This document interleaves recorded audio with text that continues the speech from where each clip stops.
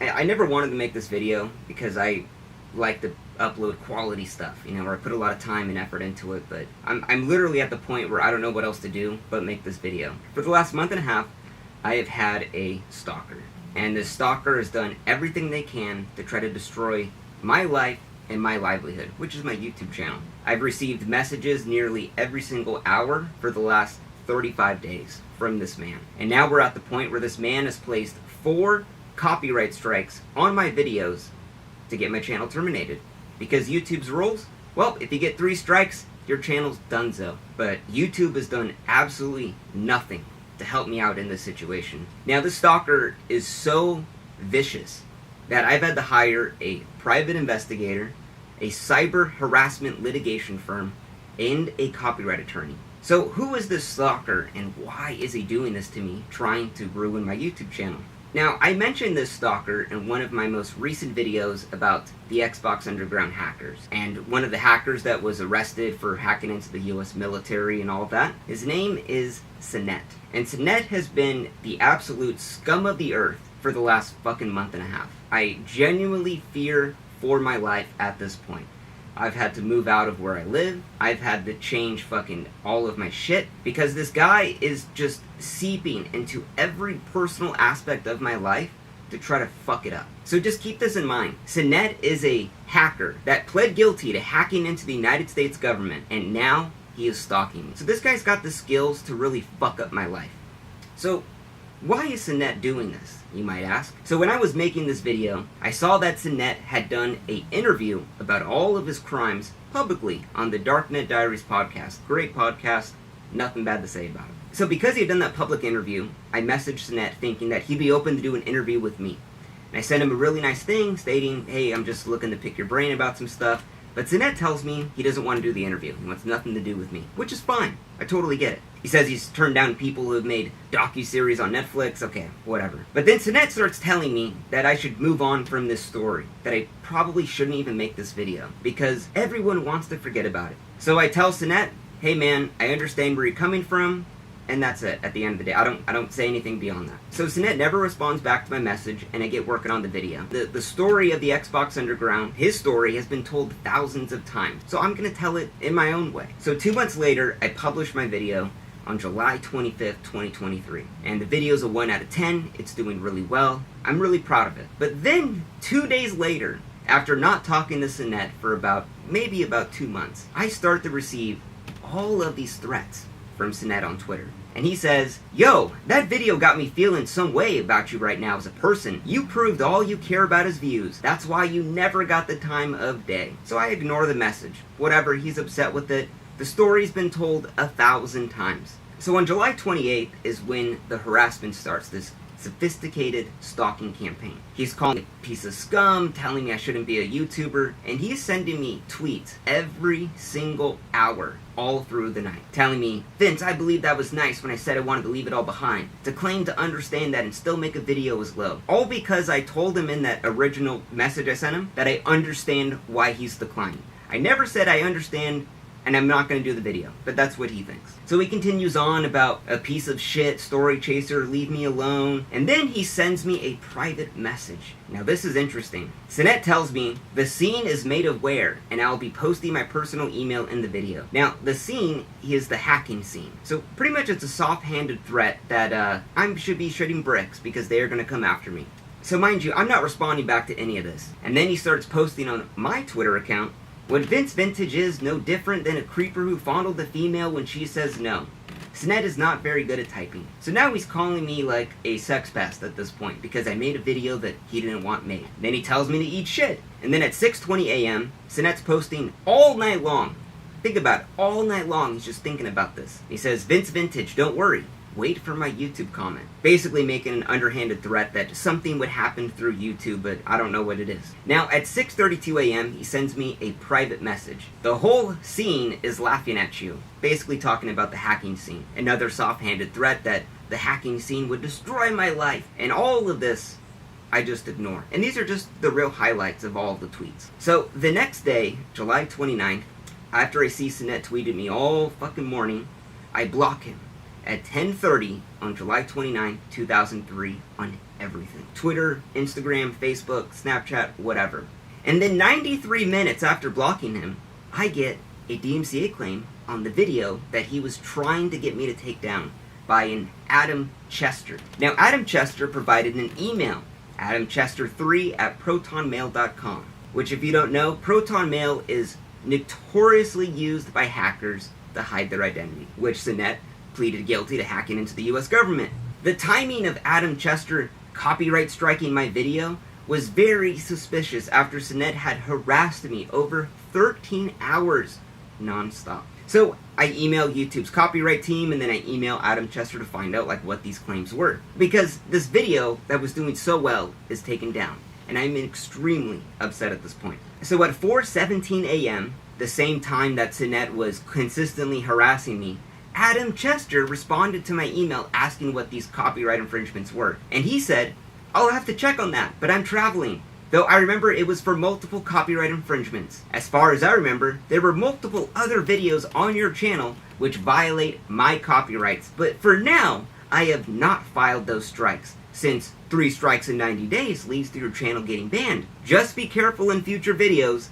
Have a good weekend. So Adam Chester can't tell me what these copyrighted infringements were on every single video on my channel that could lead to my channel getting banned. He's giving me a soft-handed threat that if I don't remove this video, he's going to go through and strike more videos on my channel to give me more of a hard time to try to terminate my shit. So here's the fucking gnarliest part of all of this. Now, when you get a copyright strike on your video, the YouTuber, you could file a counterclaim against that strike. And it basically states that, no, this actually wasn't copyrighted material. It's fair use. You make your argument. But when you send that counter notification, you have to put your legal name, your legal address, your phone number, all of that information. So when they file the lawsuit, if they do, they know where to send it to. Now, I knew that Sinet was using this copyright claim system to not only screw with me by not having the video up, but also trying to obtain my real information to dox and swap me. So I hire an attorney at this point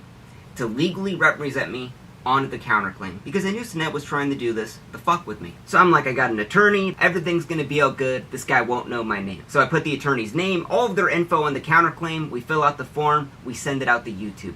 But YouTube does not accept the form with my attorney's name on it. YouTube says that I have to provide my legal name tied to my AdSense account, although the person filing the copyright takedown has to provide no identification, no proof of anything about their fucking identity. So I have to show my full government name to this convicted hacker to file this counterclaim, to get my video back up. That shit's so fucked up to me. So I filed the counterclaim with my legal name, but my attorney's email, address, phone number, and YouTube finally accepts the claim. And basically, the attorney wrote up this thing about all the copyright violations and why they were BS. Adam Chester, Sinet, was saying that a ABC7 news clip was actually his, that I used on my video. So we just sent the actual clip of the ABC7 from YouTube and being like, no, this is their clip, not Adam Chester. Adam Chester had no registered trademarks or copyrights to any of that stuff in the footage. So the whole thing was just BS right there. So after I filed a counterclaim that Adam Chester, which is Sinet, gets a copy of, Sinet leaves a tweet directed at me, even though I blocked him on Twitter. And he says, at least he was man enough to pull down the video. However, he was still a bitch. Instead of saying sorry, he pulls the video down and blocks me. How can someone be so asinine is beyond me. So Sinet's playing dumb here. Oh, at least he was man enough to pull down the video, but he's still a bitch. Whatever. We'll see a lot more of this in the future. So now it's August 1st, 2023. I have Sinet blocked on Twitter. But then he goes around, he starts tweeting publicly that whoever Adam Chester is, I'm gonna find him and strengthen the claim. He stole lines from Jack Reciter, the Darknet Diaries podcast, and provides no evidence for what lines I stole. Now, what's super interesting about this is that Sinet knows Adam Chester took down the video. Now, when a video is taken down for a copyright strike, it is delisted from YouTube. It cannot be searched. It isn't even shown in my channel. So how would Sinet possibly know that Adam Chester was the guy that made the claim? Well, I think Adam Chester is Sinet. So at this point, I contact YouTube support and several partner managers, and I lay out all of the harassment. I have all of the tweets, the messages, the BS, the DMCA claims, and YouTube tells me we can't do anything about it. You just have to go through the system. A couple days after sending my counterclaim to YouTube, that begins a 10 business day waiting period for a copyright lawsuit to be filed. In this case, Adam Chester would have 10 days to file a copyright lawsuit. And if he doesn't, well, my video gets to go back up on YouTube. So Adam Chester sends me a lengthy email telling me to take away my counter notification so the video's gone forever, and that he's gonna sue me for harassment and copyright infringement if I leave the video up, if I basically keep the copyright notification there. So we ask Adam Chester for his legal information, and then Adam sends an email back saying, I kindly request that you just withdraw your counter notification. Then he says he can't tell us the details of his legal team. And then he says that all of the claims of all of the copyright infringements is over $1 million USD that I would pay him if I left this video up. And then he continues to say that I keep harassing him.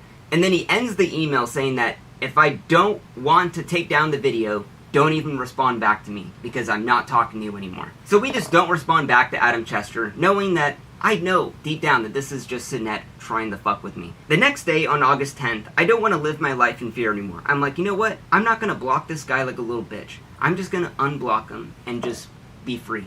So Sinette sends me private messages 23 minutes after unblocking him. This guy is checking my Twitter non-stop, every day, every minute, to see if I unblocked him. And 23 minutes later, he begins sending me a barrage of messages. He says, I see you unblocked me. Why? Also, FYI, I don't know who Adam Chester is.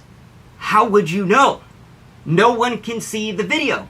How would you know who Adam Chester is? Oh, because you are him. Then he says, however, I did have the one on archive removed personally.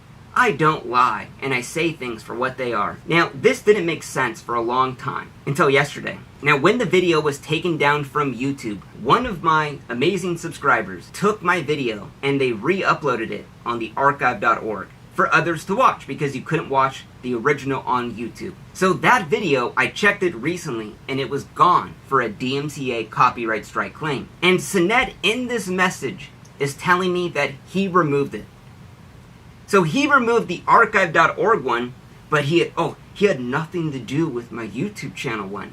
Fucking sure, bro. And then he continues to say, with all honesty, Adam Chester could be one of Nathan or Anthony's friends. No offense, but that video was a bit hurtful. So I don't respond to Sinette's message. And then at 3:18 a.m., Sinette's normal operating time, he sends me 2 more private messages on Twitter. He says, what's funny is, I even hinted and said this was old news, and I wanted it dead. So you have control over this story being alive or dead? This man just continues to message me and tells me that he wanted it dead, and he wanted it killed. And then Sinette begins to message me a sob story about how hurtful my video was, and how I triggered his PTSD so bad, and that the EMTs had to inject him with Ativan. So, because my video gave you PTSD, you could copyright strike it? So keep in mind, the story that I told about Sinette has been told thousands of times online. So why is my video in particular so hurtful to him, that causes PTSD? And you know what's crazy to think is that all of this stems because I asked him for an interview. If I never asked him for that, this probably would have never happened. So now at this point, with him sending me all of these messages and continuing to just harass me, I'm like, I don't know what the fuck this guy's capable of. So I hire a private investigator to do a full, comprehensive background check on Sinette. Because I wanted to find out, could I file a restraining order against them? Could I file a cease and desist? Could I file a fake DMCA lawsuit against them? Does Sinette have any gun permits? Had he committed any violent crimes? And where does he live? Because I don't know what this guy is capable of. So the private investigator sends me a report that is 160 pages long about everything in his life. That Sinette is 37 years old, has no job. He lived at his mom's house and he just moved into his uncle's apartment that he lives in for free. And that he had tried to commit suicide the year before. Now normally I wouldn't bring that up, but we're talking about Sinette having nothing left to lose and all of the time in the world to just fucking harass me. Now, because my legal name was given to Adam Chester, who was Sinet, a hacker who pled guilty into hacking into the US fucking government, begins harassing my fiance. Sinet had found my fiance's phone number and began texting her, pretending to be fucking me. Now, because I had Sinet's full background check at this point, I am freaking the fuck out. And I know exactly where he lives. I knew that the area code of this random number that texts my fiance, well, it's the same area code that Sinet lives at. What are the odds? Now, let me just give you some facts. My fiance is a school teacher. We've been together for 10 years. She has never had random numbers message her like this. So to have this happen from the same area code, the phone number, all out of the blue, while Sinet's been harassing me for the last month and a half, it's a little weird. Now, at this point, I knew that Sinet was stalking me. It was straight up stalking me. And I don't know what the fuck this guy was capable of. So, me and my fiance move out of our home. We move the fuck out. Because I don't know that this guy that fucking hacked into the government, what the fuck is he gonna do? Because YouTube forced me to give my fucking name to him. This is what's going on in my life. And just keep in mind, this all stemmed from me asking for an interview. Now, days later, on August 21st, my video that was copyright striked goes back up. And while my video was put back online, it was reset in the algorithm, basically just hurting me financially at this point. And while I did feel happy the video was back up, I knew in the back of my head that Sinet was going to copyright strike another video. Would it be the same one? Would it be a different one? I kept checking my YouTube studio every 30 minutes. I literally could not sleep. I just knew Sinet was going to get enraged and just copyright strike more videos and just trying to get me to fucking delete that video. And that's exactly what happened. So, just a couple days later, I get another strike on one of my biggest videos of all time. And the copyright holder, the claimant in this one, was Jake Turner. Now, Jake Turner didn't have a Google account either. He had, once again, a Proton Mail account. JakeTurner91 at protonmail.com. Now, let me be clear. Proton Mail is super niche. No one uses it. So why would it be two people that both have copyright claims against all of my videos happen to also have the same super niche hacker email service? What are the odds of that? So I'm like, okay, whatever. You know what? He wants to play this game. Let's do it. So now it's not Adam Chester. No, it is Jake Turner now fucking with me. Now, I'm on the phone with the attorney the next day, and I'm about to prepare a cease and desist against Sinet, because I don't know what else to fucking do. I've tried going through YouTube, I've tried doing all this shit, and just nothing's getting done. And then I get another strike on one of my biggest videos of all time. And I'm like devastated at this point. I'm like, I have 2 strikes on 2 videos. If I get one more of these from this fucking piece of shit filth, my channel's done. So I'm like freaking out. I don't know what to do. I called the attorney again.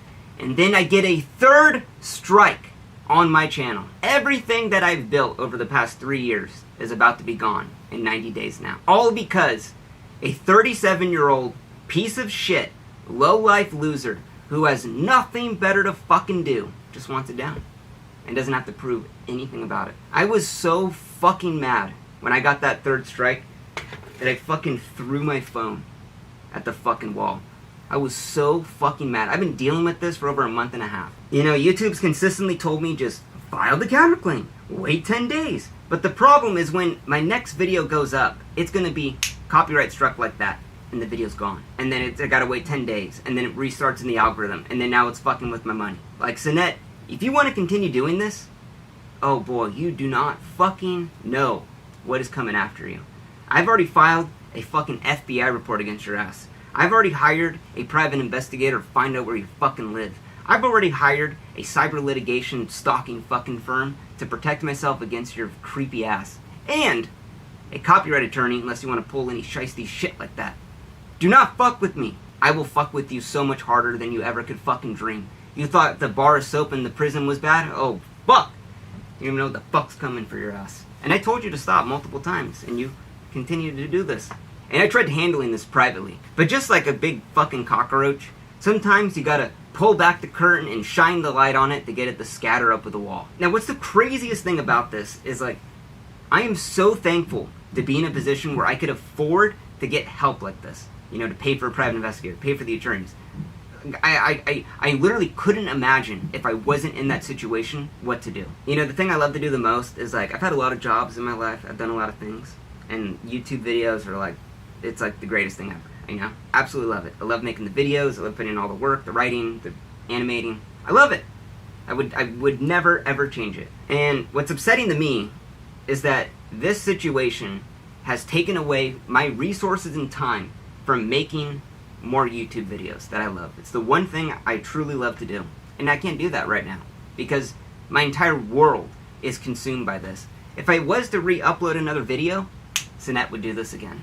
And he's probably going to do it on this video.